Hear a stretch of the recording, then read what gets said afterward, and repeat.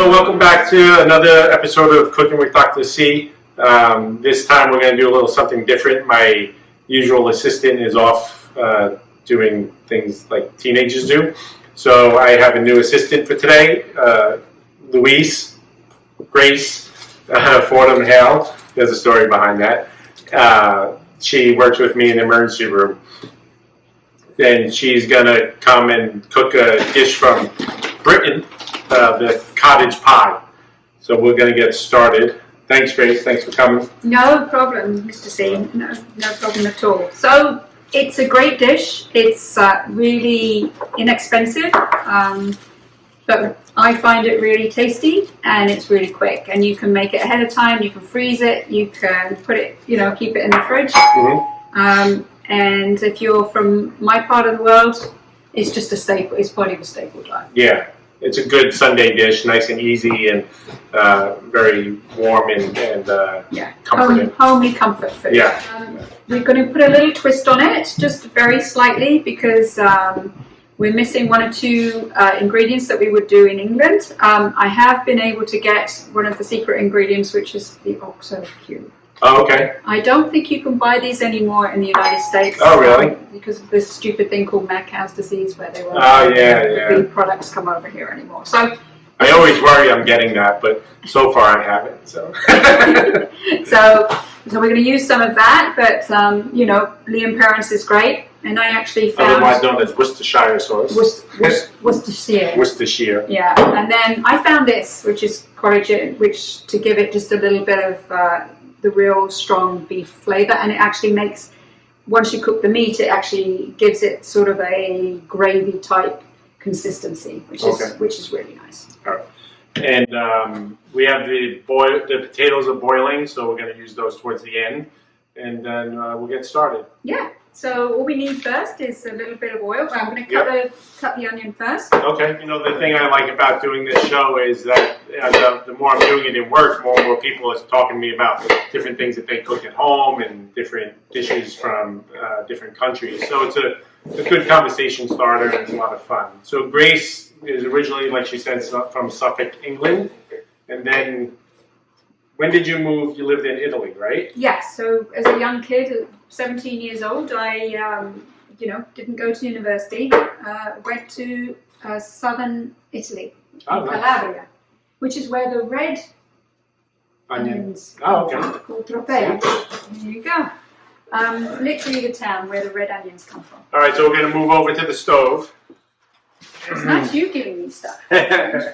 So Grace is a tech in the emergency room, so normally I ask her for things when I need them, and she. Should we say ask or shall we say yell?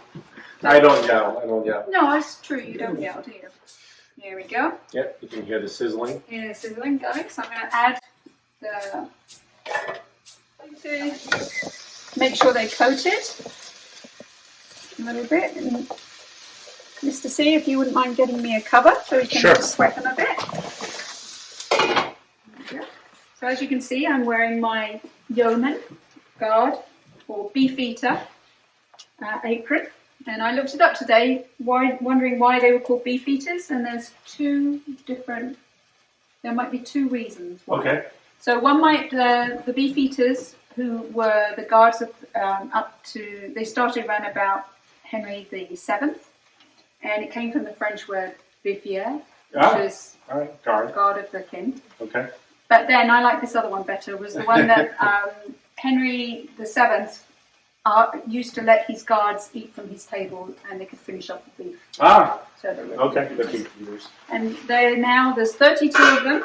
Men and women have to be veterans. Okay. They're still at the Tower. 32. Oh, wow. And they dress up in this. They dress up in it. Not in this kind of apron, but the full guard. The full guard. So then you were in Italy, and from there you went back to England? Yeah, so I was in Italy from 17 through to about 1920 in Calabria. And, if I do okay now, maybe you'll let me come back and make an Italian dish. Yeah, you can always do that. I was more influenced by my Italian side than the Italian side of things than the Brits, really. But, came back and then went to work in London. go and work for this company called the International Maritime Bureau. Okay. So I worked for them for a couple of years. Okay. And they used to investigate maritime fraud or product counterfeiting. Oh, okay. And wow. I got into the product counterfeiting side. Not doing the product counterfeiting. No, but trying to stop it. Trying to stop it. And this was in, the, when was it? 82, 83. And so I was there for a couple of years. Okay. And then went to work for the chap that got me the job in the first place. And met some very interesting characters there. And sure. again, specialised in product counterfeiting. So, Grace, so the story behind Grace is that there was another tech who also spoke with a little bit of an accent. She was from Scotland, though. And they looked nothing alike, but just the accent got me confused, and I started calling Louise Grace, and it sort of stuck, and then she calls me Mr. Siegel, and it confuses a lot of people. Yes. So. Yes. Even this week it confused me. So I'm now going to put the meat in, about an ounce worth of meat. And, it doesn't matter whether it's a full fat, less than fat, just get it in there and make sure you break it up before it really starts to turn brown. So Louise gave me a book way back called A Spy Amongst Friends, and it was a story about a British spy ring, really one person, but the whole story surrounding him. His name was Tim Selby, right? Yeah, correct, yeah. But Louise worked for Nicholas Elliot. So if you ever get to read it, it's a fascinating book on spies and spycraft. Indeed, they're making a series out of it, and so that will, I'm sure, come to the United States.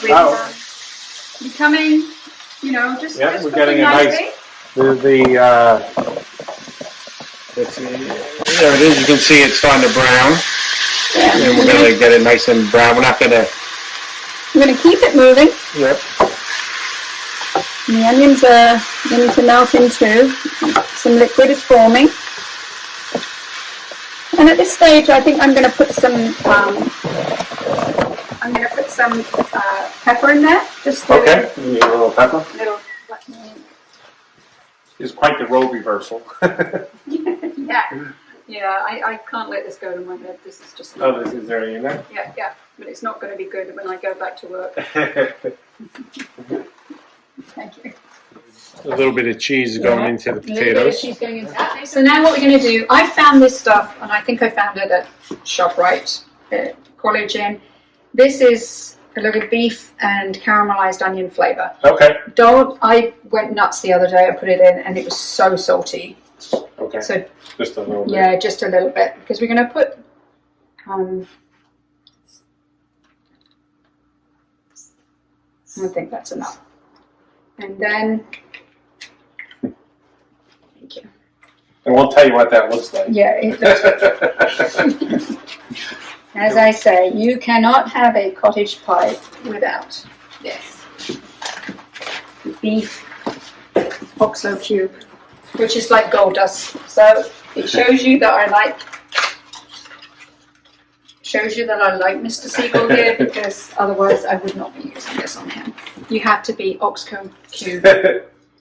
What was it? The thing out of Seinfeld? Yeah. You remember that? Yeah. So I find that he is, and you are. So, and it's just, You use a whole cube. Oh yeah. All right. It's got a very nice flavor. It's like it's like a beef onion flavor. Yeah. So disintegrates very quickly. As you can see, it's just making the meat. Nice. Yeah. But again, if I don't think you can find them even at Gary's and places like that. You can't find them. You can find the regular bouillon cubes and this stuff, but this is a little different. This is more like freeze dried. Yeah. Yeah. Then. All right. Good. What do you reckon? We need now to taste it to see whether you think that we need to put another one in.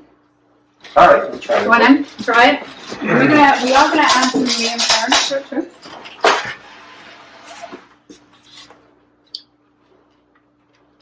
I like it like that. So then you're going to add that. Yeah. I think it's perfect. Yeah. Okay. So I've got some lean parents. It's not too salty. Yep. It's like just right. Yep. Like the onions and the salt. It makes Worcestershire sauce. And again, just, little dash all over. Like, there are actual recipes with amounts and all. We'll put one of those on the onto the. So also, people can add. You can add tomatoes to this, like a can of. I would maybe add a can of whole tomatoes. Oregano, just to give it a little. Not too much, right? Okay. And I've got. This is the good part, little frozen vegetables. Yeah, frozen vegetables. There's 2 cups in here, but I don't know. What do you reckon? Do you reckon? I don't know. I like vegetables, so Yeah, we're gonna. you can make this dish all different ways. Yeah. You can use beef. You can use lamb. There's even a vegetarian version of it, a fish version, and if you use turkey and ham, I learned yesterday, it's called a St. Stephen's pie. Isn't it? Yeah, so they all have different names. The shepherd's pie is theoretically with lamb. Yeah. This is the cottage pie because it was made by a lot of people who lived in cottages in England. Yeah, all right. So we've got, basically, we've done the meat, and you saw that took about 15 minutes. Yep. Boiling the potatoes takes 20 minutes. Yeah, very easy. Throw it all in together. And again, you can make this a little spicy if you want to. You could put some hot sauce if you wanted to give it a little kick. Yeah, a lot of variations. You can make it. You could throw in different kinds of spices from different dishes. So then after you left, when did you leave England? So I left England. I'd met my husband, who actually, he's the foodie. Oh, okay. He worked at the hotel called Claridge's, which they used to call the annex to Buckingham Palace, because they'd have all the big banquets there. Martin organised the banquet for the 2 royal weddings, that kind of thing. So he's the chef. He was always the chef of the household. And he got a job offer in New York, at a hotel in New York. And he came over, and we were, dating at the time. And so I stayed in England for another year, and then decided to come over and join him. Oh, wow. Okay. So and that was like, how long ago? Oh, about 100 years ago. That was 88. 88. And then we got married in 1990 in England. And had 2 kids, and we lived in Manhattan for 12 years. Oh, wow. And then, and during that time, I worked for the British government at the British Tourist Authority, which was interesting. Okay. And then I got my green card. Okay. And I became a cowgirl in Colorado. Oh, wow. Louise has always had some, every time you think you know everything, she throws in another twist. Yeah. I have not heard the cowgirl in Colorado before. Yeah, so I was a cowgirl in Colorado, in Clark, Colorado, just outside Steamboat Springs. Okay.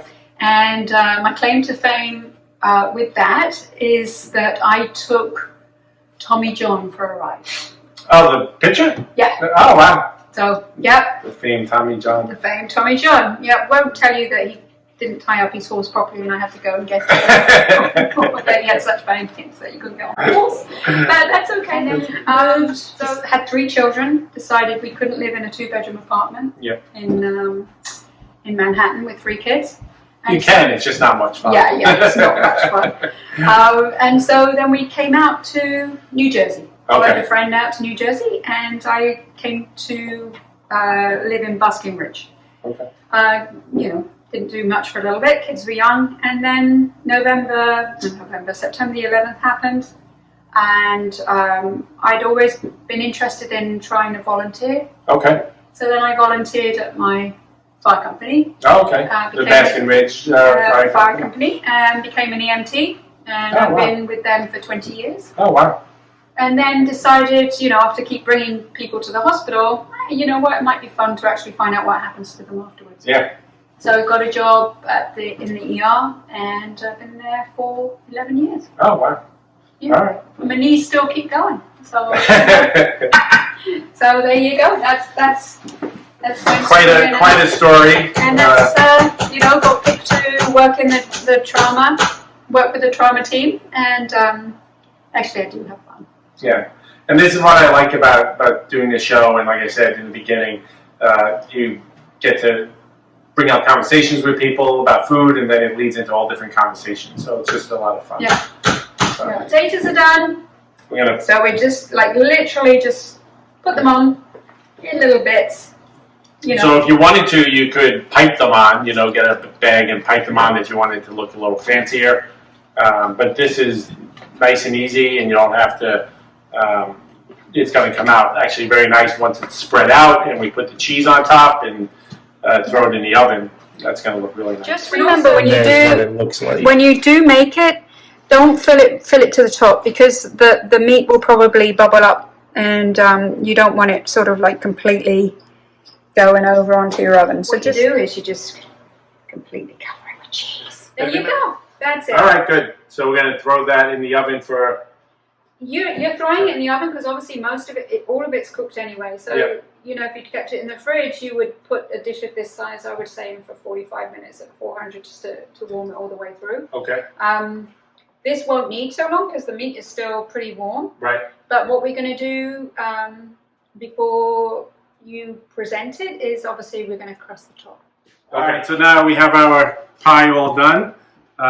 We put it in the broiler. It came out very nice, and it has a nice crispy top on it. So all in all, it probably took about 25 minutes. 25 minutes. Boiling the potatoes is probably the longest part. Yeah, or peeling the potatoes. Peeling the potatoes too, which was done by our production manager, who's off camera right now. She won't get on, but eventually I'm going to get her on. She's here. Yes. So we're going to dig in, and we'll have a little cottage pie and a couple of beers. Yeah. Yeah. You going to join us? Yeah. All right, good. See? There you go. Look at that. That looks good. All right. Well, cheers. Cheers. Thanks very much for joining in. Bottoms up. And we'll see you again next week.